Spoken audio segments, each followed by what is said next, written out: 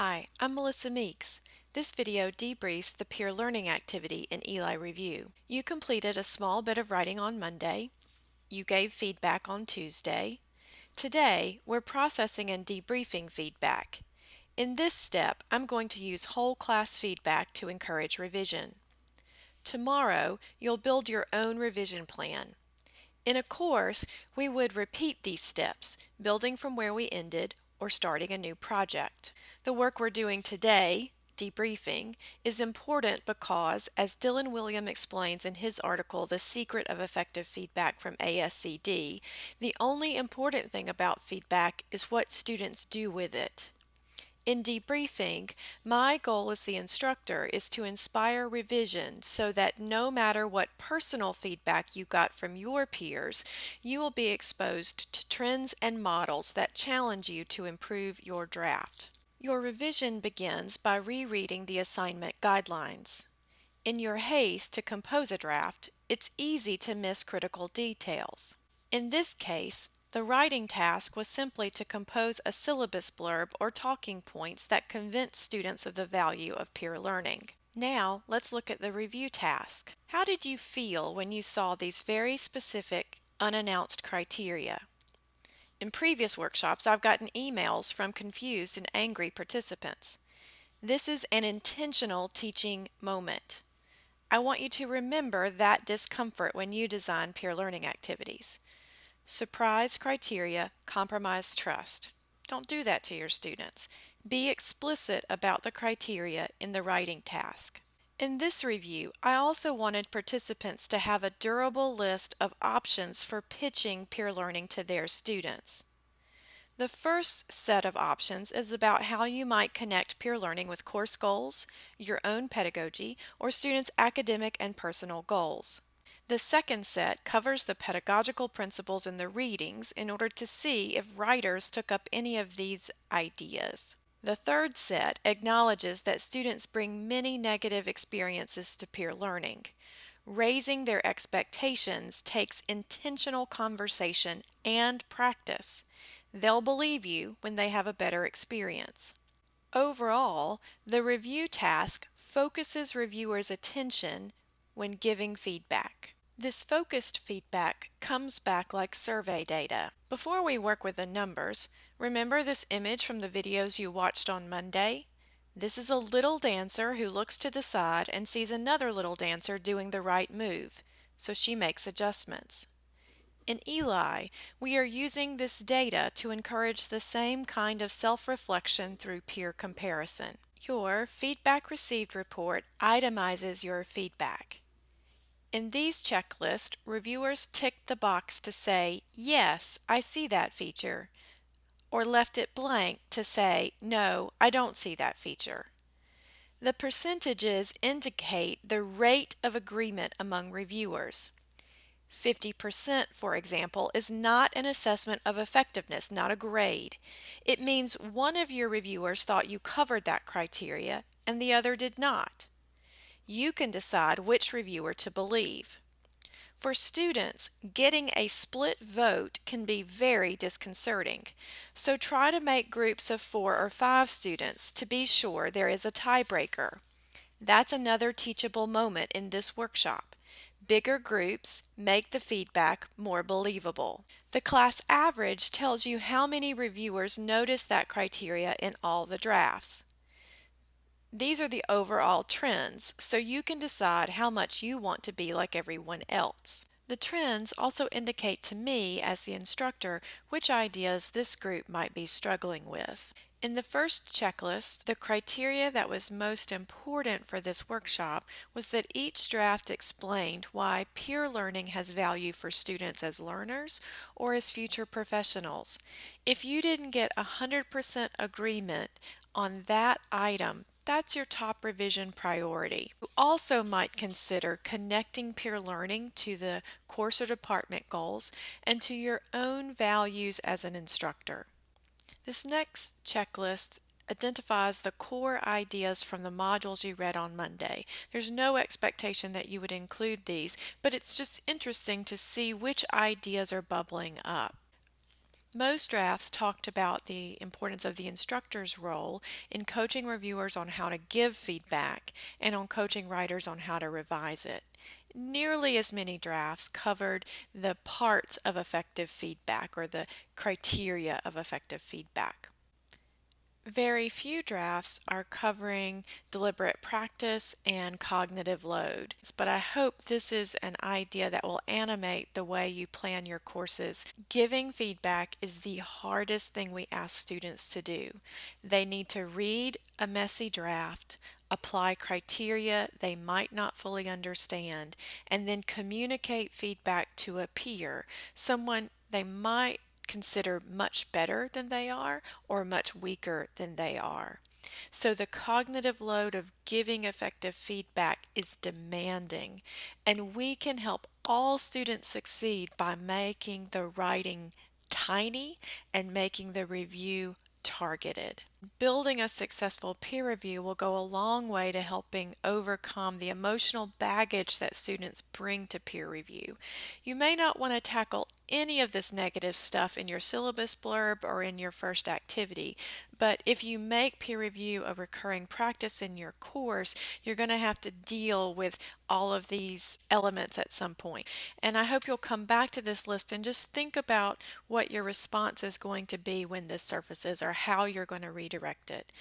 Students will believe you when they have a better experience in peer review. In the scaled response items, you get both a rating and the comment if the reviewer included it.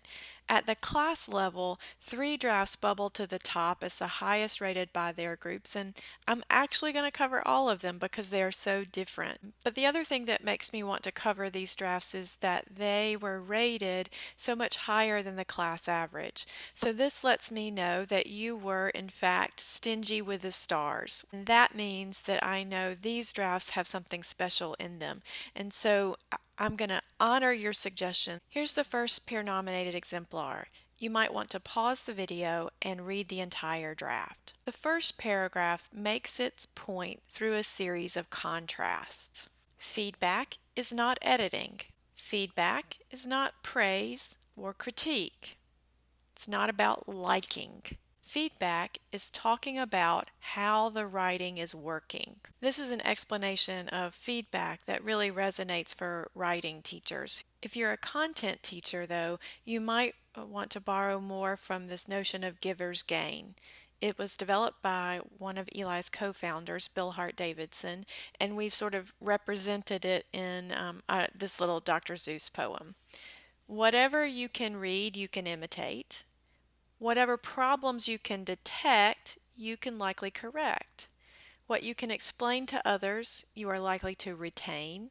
And what you suggest to others, you too can try. So this notion that talking about what's working and not working in a piece of writing is the driver of learning in peer review. This notion of giver's gain is reflected in the model draft here in the list of benefits of feedback. So this is a list that you can refine to reflect both the benefits of giving feedback and the benefits of receiving feedback. The last paragraph reiterates kind of the parts of writing that are connected to learning objectives. The last sentence returns to the notion of giver's gain, that by being a helpful reviewer, you become a better reviewer of your own work. Here's a second model that follows a different organizational strategy. The first paragraph establishes that feedback is information about goals, and it makes a contrast between instructor feedback and peer feedback. The second paragraph explains peer workshops and how they will happen early and often, which gets at that notion of small bits of writing that undergo peer feedback and revision throughout the process, as you read in Module 1. The reason I wanted to talk about this module is in the last sentence because I think it presents the 3 moments of peer learning that are important to understand as discrete moments. The first is that students give useful feedback, and so that's related to giver's gain and to all the work we've done on describe, evaluate, suggest. The second piece, though, is that writers need to practice receiving feedback, and it's a very emotional process. The revision plan is a moment to encourage students to develop those habits to work through their resistance to feedback, their fear of it, and their annoyance with it. And then the third thing is they have to actually execute revision. So I hope what you take from this last sentence is this reminder that peer feedback is not just one thing, it is an unfolding process. Here's the third peer nominated exemplar. And immediately you know this is the cool teacher who knows about TikTok and knows about blinding light. Here's the third peer nominated exemplar. It opens with something that's definitely going to catch students' attention, a reference to blinding light's TikTok dance with a link. And then it moves on to explain how that analogy works with a writing class.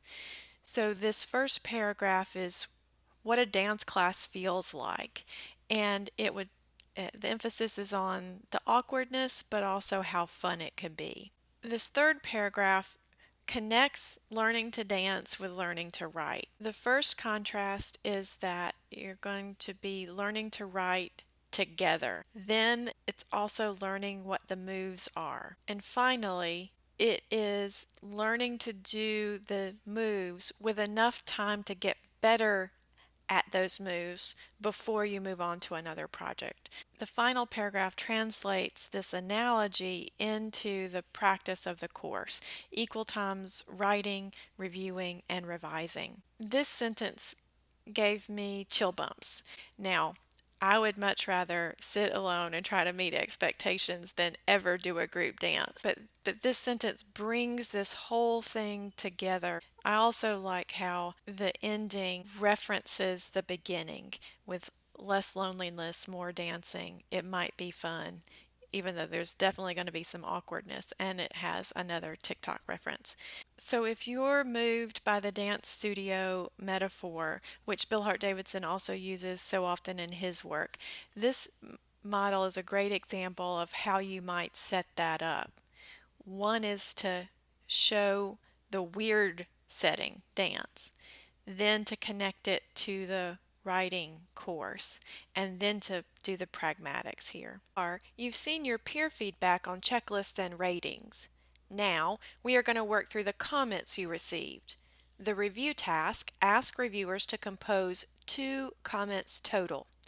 Each comment needs to describe, evaluate, suggest. This 3-part strategy, developed by Eli co-founder Dr. Bill Hart Davidson from Michigan State University, makes sure that comments have enough information to persuade writers to revise. Moreover, these elaborated comments help reviewers practice naming problems and solutions, which is the kind of thinking that transfers beyond this assignment. As you read your comments, use the helpfulness stars to rate each comment. Give a star for each yes. Does the comment describe your writing so that you know what readers understand from it? Does this comment help you evaluate your progress toward the assignment goals? Does the comment offer a specific suggestion that you can follow when you revise? The 4th star is the kindness star. Does this comment show particular respect for you and your work? It's really got to go the extra mile to earn the 4th star. The 5th star is for those comments that are transformative. It should be used rarely, only for those comments that help you radically rethink your work. Most comments should get 3 stars. 3-star comments have all the information necessary for writers to revise. Let's walk through rating a comment together. This comment begins with description about what part of the draft the reviewer is responding to. Then it evaluates it by calling attention to the importance of persuading resistant students to believe in the value of peer learning. The suggestion includes a few questions that will prompt the writer to think some more about those forms of resistance, and then a reminder about what kinds of content might be added. So this comment has all the parts: describe, evaluate, suggest. This writer has decided it gets a 4th star for kindness. I gave it a blue thumbs up because I'm endorsing comments that follow, describe, evaluate, suggest, but also push the draft in a new direction. So if you see a blue thumbs up as a writer, that's a comment I think you should pay attention to. And if you see it as a reviewer, thank you for doing a really good job. This helpfulness rating flows back to the reviewer and to the instructor. In a low stakes way, writers can use the helpfulness ratings to say, I'm getting what I need to revise, or not. Instructors can use that information to coach particular reviewers who are struggling to give helpful feedback. The second decision you make as you read through your comments is which ones are you going to add to your revision plan. You have a button over to the right that says Add to Revision Plan. When you click it, you choose which writing task this comment applies to, and a copy of the comment is going to be moved to that revision plan. In the box, you can add a note for yourself and your instructor about how you plan to use this feedback. Then, you can either return to the review task to get more comments, or you can go straight to the plan. Let's return to the review task and recap. Eli's features help writers work through a decision-making process around each comment. How helpful was this comment to me? And do I want to add it to my plan? These easy follow-through actions hold writers accountable for using peer feedback. Let me show you what your revision plan looks like.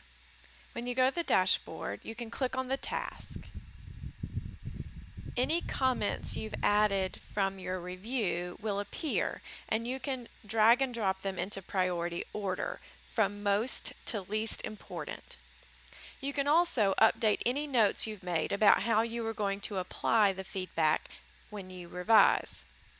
Once you are happy with your list of comments, you can use the additional note space to put any ideas you want to remember from the checklist, from the models shared in this debriefing video, or from the drafts you read and gave feedback to. In your note, you can also communicate directly with me about your revisions and your questions. When you are done, share your revision plan. I'll reply to your revision plan by Friday. As an instructor, you don't have to assign revision plans or respond to students individually. If you choose to do so, your intervention can be light because students will have done the heavy lifting in identifying their revision goals. In your dashboard, you will also see the last task for the week, a revision of your original draft. I don't actually expect you to revise, but I want you to see how Eli takes your original task and makes it available to you for revision. This feature makes it quick and easy for students to revise in the app. This concludes the debriefing video. I hope it was helpful for giving you a sense of how Eli works.